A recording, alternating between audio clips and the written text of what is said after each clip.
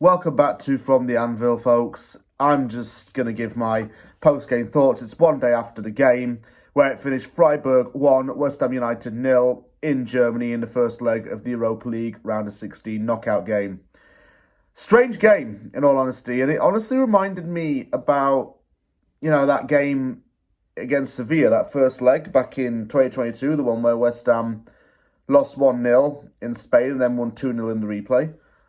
It reminds me of that first leg. In that first leg, it was very similar to this game, in the sense neither team wanted to score, but when a goal did come, it came out of nothing, really, and it left everybody feeling a bit like, in a sense of confused manner. Because that goal came, really, out of nowhere and from nothing.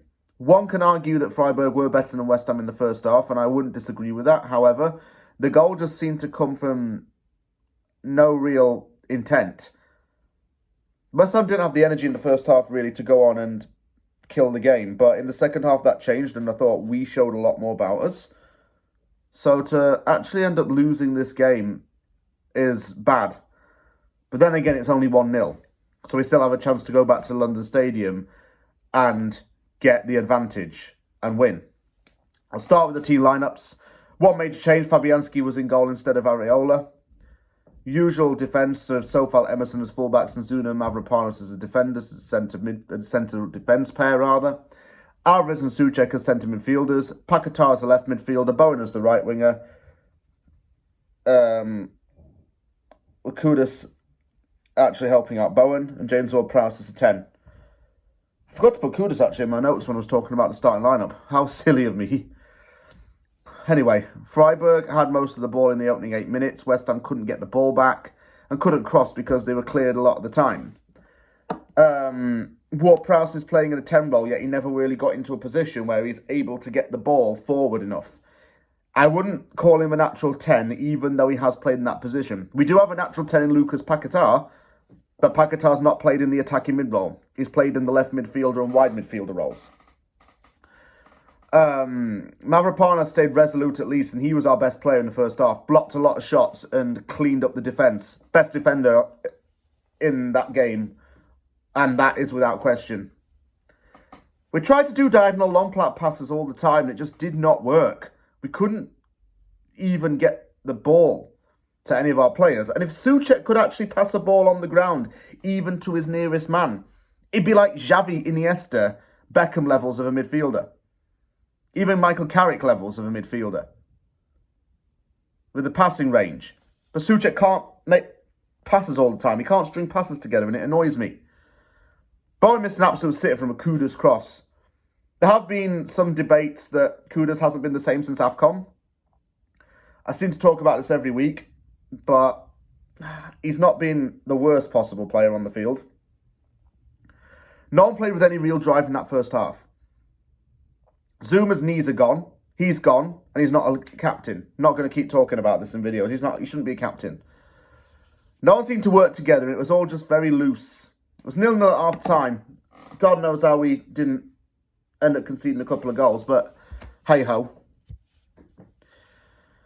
Paquetá teed up an effort, but last-ditch defending denied him a chance to shoot, and Paquetá was in the box and ready to pull the trigger on that. Mavro headed wide. Some better ball control, I must admit, and West Ham seemed to be a bit more organised. Good ball. Paquetá headed it away from close range, so he missed those real close chances.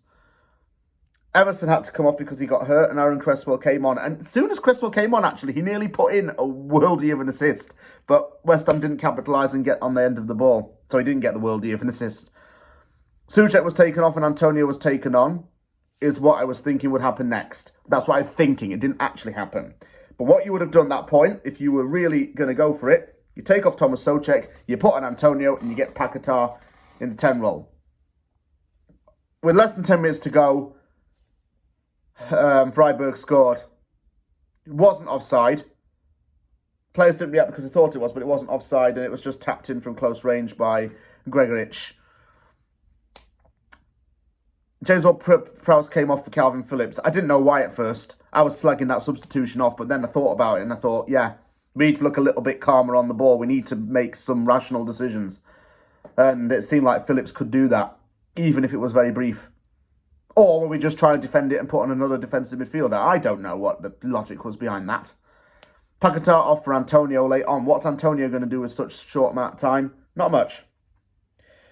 Then in stoppage time, this is where things start to get heated.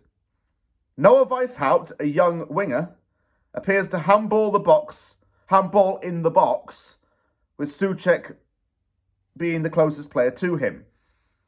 Here's what was determined, I think. It didn't look like a penalty because his hand definitely touches the ball. But Souček seems to be kicking the ball up and he's putting his hands up naturally to try and stop it. I think the referee was going to consult VAR all day long. The VAR people apparently wanted to give it, but the referee did not. So therefore it was not a penalty.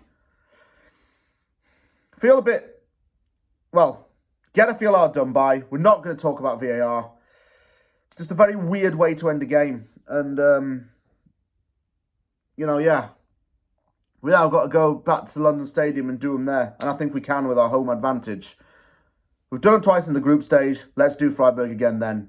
But just rest up and see what we can do in that amount of time. I'm worried about Emerson, though. I hope he's not out for too long. Because if he is, then that left side's going to take a battering from other teams.